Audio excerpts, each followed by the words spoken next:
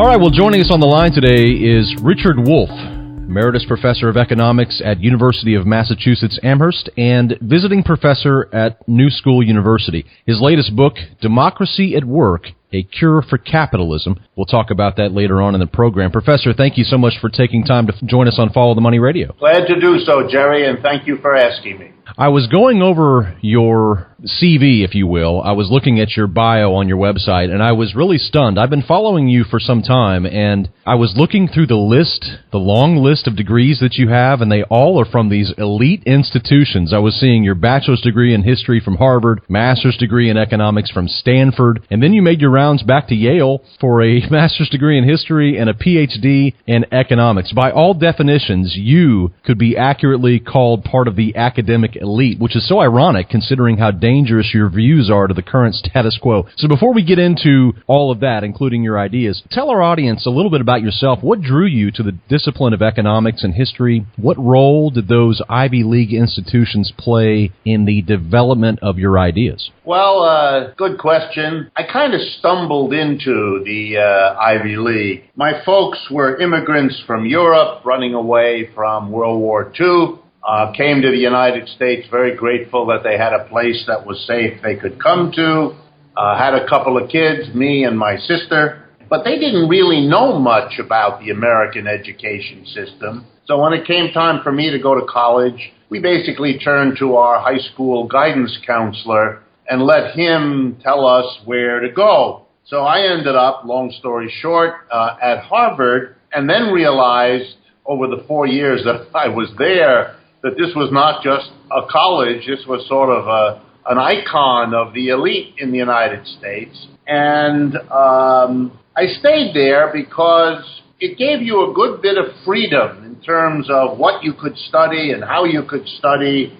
It wasn't very difficult. It was basically a place that wanted you to believe that if you were able to get in there, then they would keep you and you would have to do something mighty strange to not stay there and graduate and so forth. I've discovered ever since, having then gone on to Stanford and Yale, that people who don't go to these schools tend to have a much more glorified notion of what goes on there than the reality is. It's a little bit true that they work hard to get that image across to other people.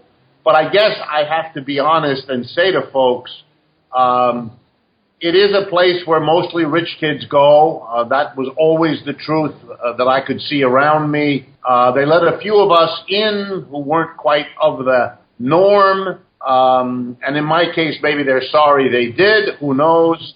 But it's really an education that isn't very different from what you get elsewhere, but it sure does cost a lot more. And it's supposed to give you lots of benefits later on in the way of quote-unquote good contacts. Which is something that you point out in your work that you really didn't quite receive because you, when you studied economics at this level, you were certainly introduced to the neoclassical ideas, of course, capitalism, Adam Smith, but the other end of that spectrum, which, by the way, I have to point out that the New York Times has called you probably America's most prominent Marxist economist. Most Americans are repelled by the word Marxist. They typically associate it with the failures of the old Soviet Union and other communistic regimes. But you take a different look at that. You have a different take that I think is very powerful. Explain what you think of when you hear the word Marxist. Sure. You know, we're coming out now, we really are as a nation, of a long kind of night, a night of Cold War,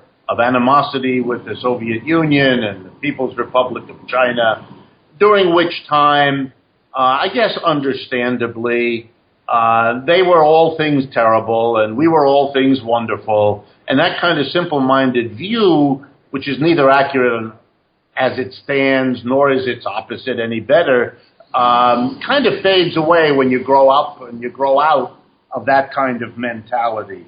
But I, being an American and going to these schools, I took seriously that my job was to learn what had been understood by the generations that go before us and to be open-minded about doing that I was told that that's what an intelligent, educated person is supposed to do and how you're supposed to use your time in the university. So here's what I basically discovered. Every economic system, for thousands of years, long before there was such a thing as capitalism the way we know it now, every other economic system had, nor is it any surprise, had the people who loved it and admired it and celebrated it on the one hand, and the people who didn't like it, criticized it, found its flaws on the other. It had its supporters and its detractors. And if you want to understand any system, past or present, your job is to look at, listen to, explore those ideas of the people who love it and those ideas of the people who don't, and then draw your own conclusions depending on how persuasive, how much evidence is brought forward, etc., etc. I think most Americans kind of understand that. I like to use the example that if you wanted to understand a family that lived up the street from you, and you knew there was a mother and a father and two kids, and that one of the kids thought it was the greatest family ever, and the other one thought it wasn't very good, would you talk to only one kid, either one? And the answer is no. If you wanted to understand the family, you talk to the kid who loves it, you talk to the kid who doesn't, and you draw your own conclusion. Well, capitalism is no different from any other system, and nor is capitalism different from the family up the street.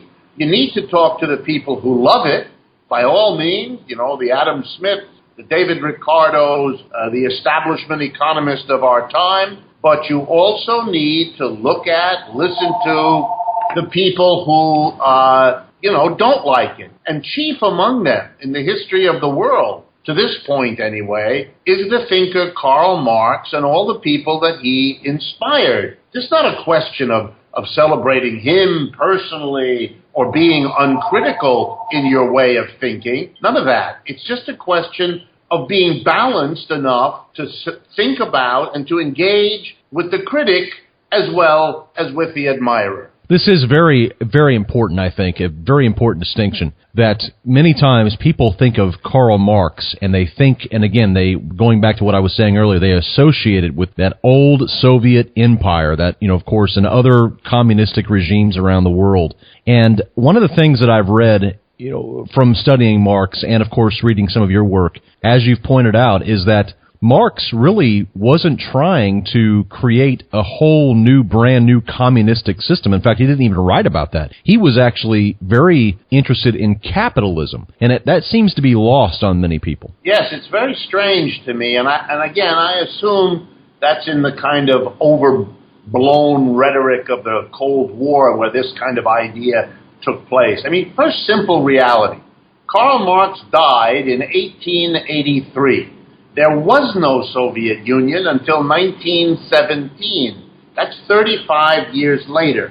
So to hold him accountable, having written most of his adult work as a refugee living in London, England, to hold him responsible for what other people in a completely different culture tried to do decades after he died is kind of strange. It's a little bit like holding Jesus Christ accountable for what all the different people have done in the world ever since he lived and died in his name. You really can't do that, or at least you can't do that if you want to be fair in some sense to what the man said or what the man stood for, to hold him accountable for what was done in his name. So for me, I'm interested in Marx, as quite rightly you say, as somebody interested in capitalism, who wrote all of his major works about capitalism. He never wrote a book about socialism. He never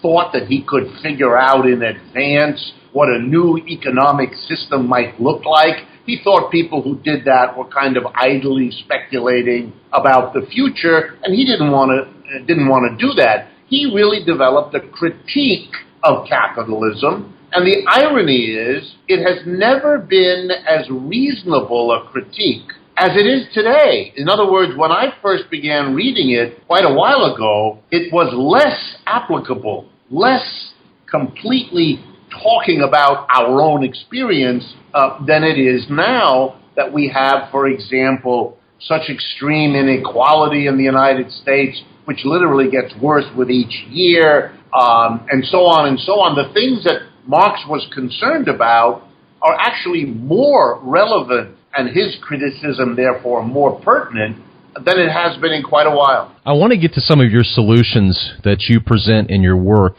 Professor, but first, to those who would criticize you and say, well, basically you're aiming the gun at free market capitalism whenever you really should be aiming it at crony capitalism, that they're two very distinct things. Basically, Marx and you both say that capitalism inevitably leads to crony capitalism. Isn't it the inevitable outcome of capitalism, which obviously incentivizes greed, that men end up getting to a place of crony capitalism? Or can capitalism be regulated to a place where you can prevent those excesses? Well, I find it so amusing, your question, for the following reason. When I have talked to people who've asked me questions about socialism and communism, and I've answered them, if they find it intriguing and interesting and attractive, they will often say, well, that's a very nice idea. I really do like it, but you can't quite get to it in practice. So here I am about to say to you, a pure capitalism, one that doesn't create a tiny group of people who have a great deal of wealth and who then use that wealth to manipulate politics. Here I am saying that's a lovely idea, but I've never seen that realized.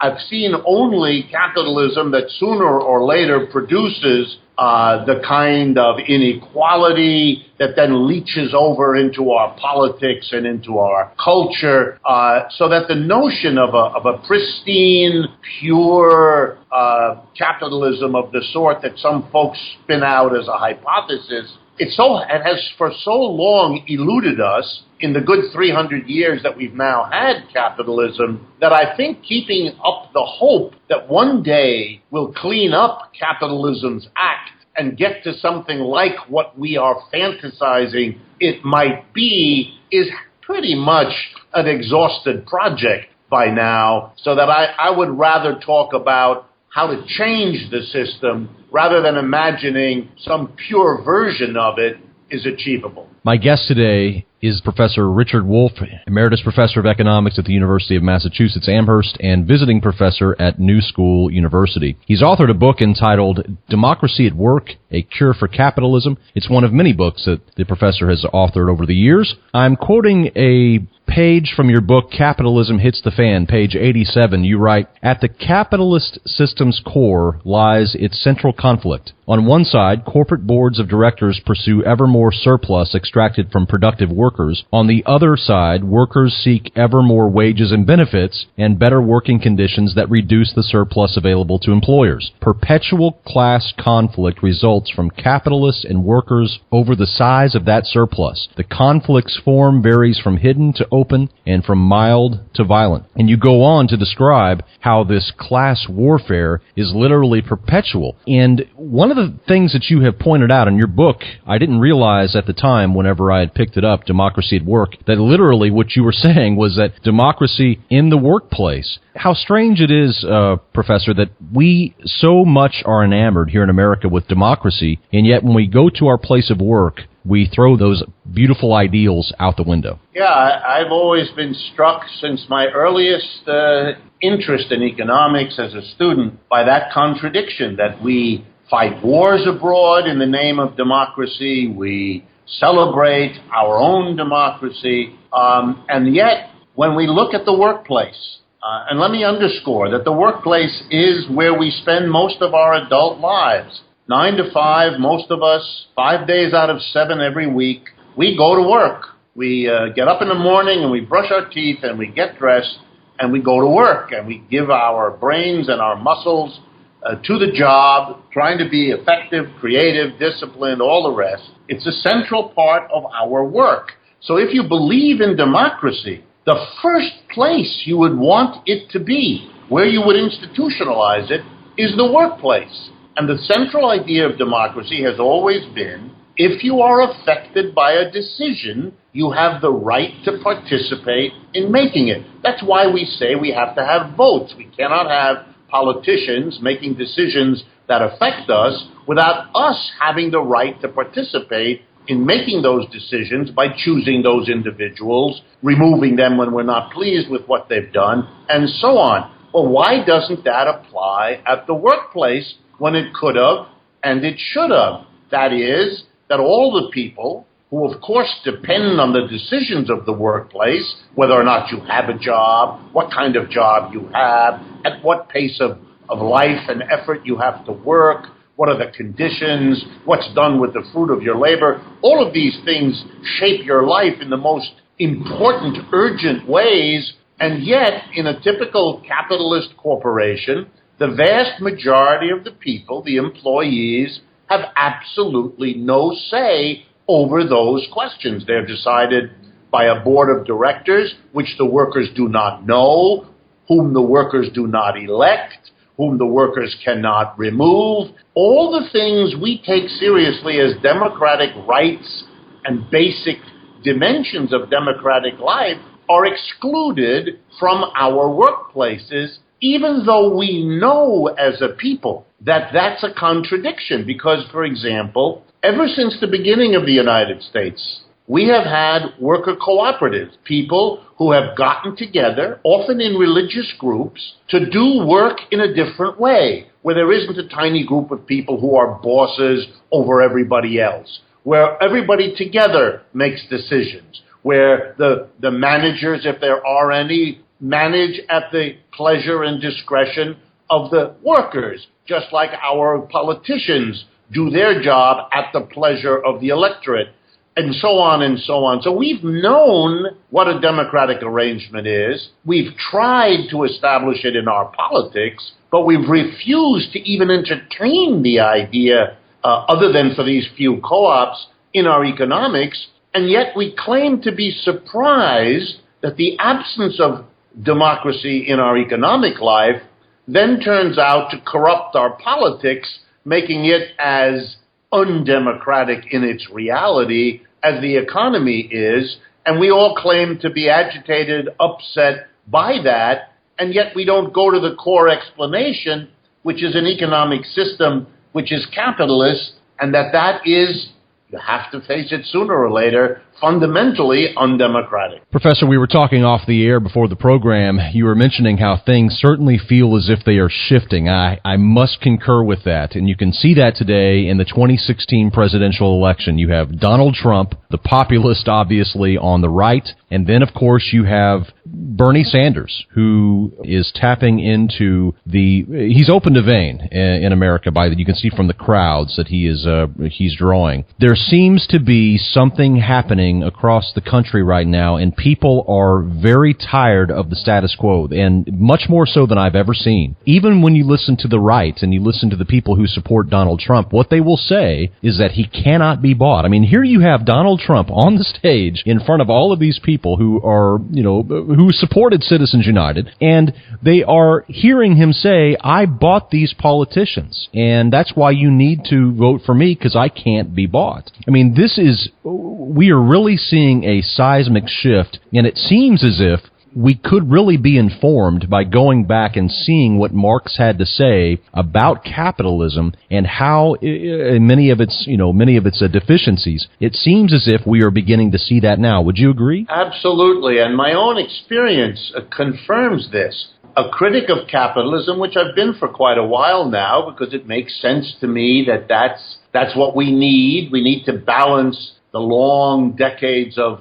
uncritical celebration with a little corrective, let's call it, criticism, so that we can have a proper national debate. Let me say something about that. We're proud as Americans, and I think we are entitled to be proud, that we question things. We question our school system, we question our transportation system, we question our energy system.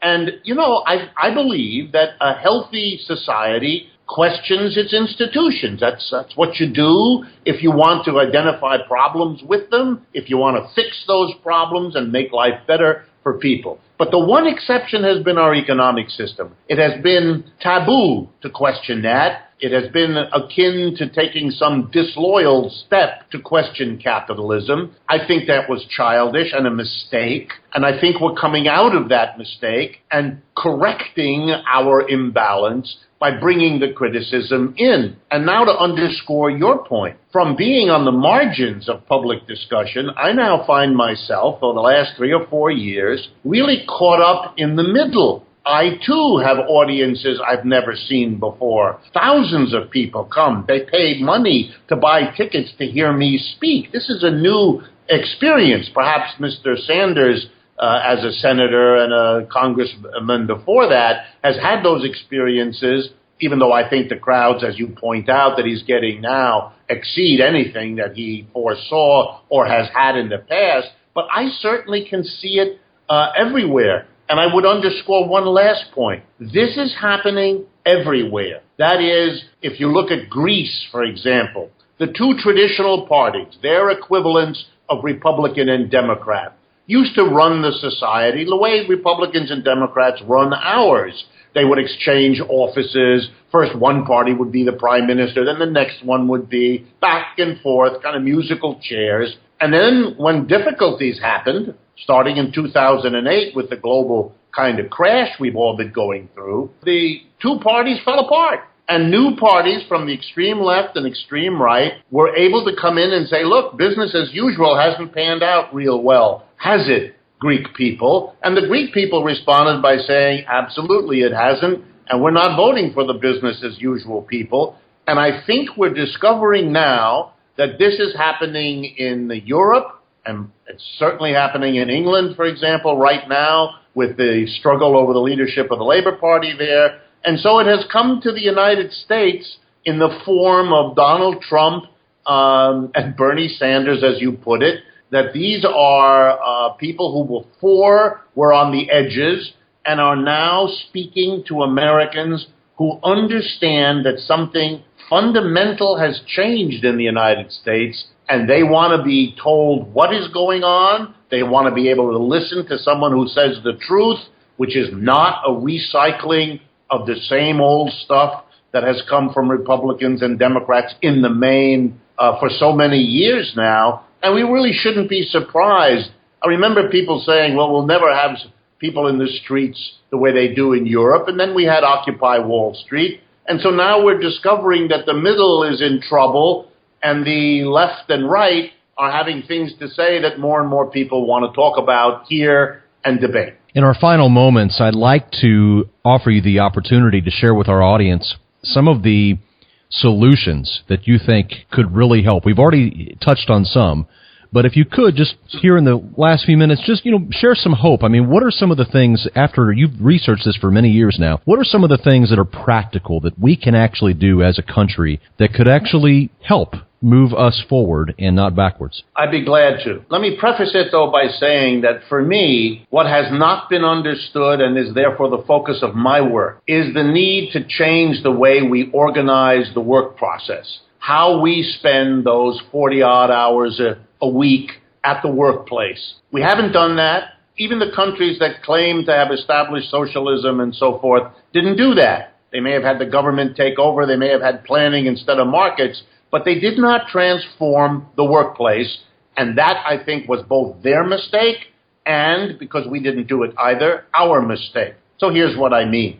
I think everybody would be better off, including our larger economic lives, if we changed the organization of work so that it became democratic, that we made it a democratic part of our lives, and by that I mean something that has been called worker co-ops, worker self-directed enterprise, the kind of idea that in the workplace it is really a collective activity, that you don't just at the Christmas party each year say thank you to all the workers who helped make the company successful, but you take that thank you seriously and say, if indeed it's true that everybody contributes, then everybody, that's what democracy means, has to be given a voice, has to be given a say-so. And let me tell you why I think that would make such a difference. And just a few examples. First, I think you ought to have a collective decision about who gets paid how much money. The reason we have a tiny group of people becoming wildly wealthy in America, whereas the mass of people are having a harder and harder time, everybody's discussing the disappearance of the middle class, etc., is mostly because of how we distribute the wealth created in our enterprises. If you allow a tiny number of people, the major shareholders and the boards of directors that they elect, to decide how to distribute the wealth that everybody helps to create, you can't be surprised if they give the lion's share to themselves in dividends, in wild CEO payments that are now well known because of the law that requires them to be revealed. If you don't want the extremes of inequality that almost everybody recognizes is a serious problem for us in the United States, then you have to go to the core. If the people collectively in each enterprise distributed the wealth that they produce, they wouldn't give wild amounts to a tiny group of people at the top and everybody else is pinched. If you want to do something about inequality of income and wealth, then go to where those decisions are made. Don't set people against each other by redistributing the wealth. Don't distribute it unequally in the first place. And cooperative workplaces have shown that they would never do and have never done what typical capitalist corporations do as a matter of course. Let me give you a second example. We're worried about ecology in this country, and rightly so. We need to be respectful to our natural environment so we don't destroy the planet we in the end depend on. Well, corporations are always, if they're capitalist corporations, choosing between whatever ecological respect they have and the so-called bottom line. So, for example, if an enterprise can use a new technology that has toxic pollution as its side effect, it may go ahead and do that because it wants the extra profit. But now suppose the workers themselves in the factory or the office or the store made the decision. They have to live with that pollution. So do their husbands and wives and children and neighbors. They're going to weigh the ecological costs of what they do in a way that a distant board of directors, in some far-off city boardroom that thinks it can escape all of this, never does. And I think it would mean a major change in what kinds of decisions get made. Finally, just a third example. Nowadays, corporations have been, for the last 40 years, moving out of the United States in record numbers, basically closing the factory, the office, the warehouse here in the United States and reopening in China or India or Brazil or somewhere else. The decimation inflicted on our society, visible to the naked eye in places like Detroit or Cleveland or Camden, New Jersey, is gross and really horrific. Those decisions would never have been made if the people working in every enterprise had a real say in that matter. They wouldn't have moved the job since obviously they can't or don't want to move to China or Brazil or India. They would have had a commitment to place, a commitment to community that would have meant many, many, many, many fewer of those lost jobs, lost revenues for the communities that depended on them, etc. We would have had, in short, a radically different economic history over the last period of time if we had had the courage, learning from, among others, Karl Marx, that the way to organize a business in the capitalist manner has serious flaws and social consequences that make it reasonable for an intelligent person to look for alternatives and debate their attractiveness as a way of solving our problem. All very provocative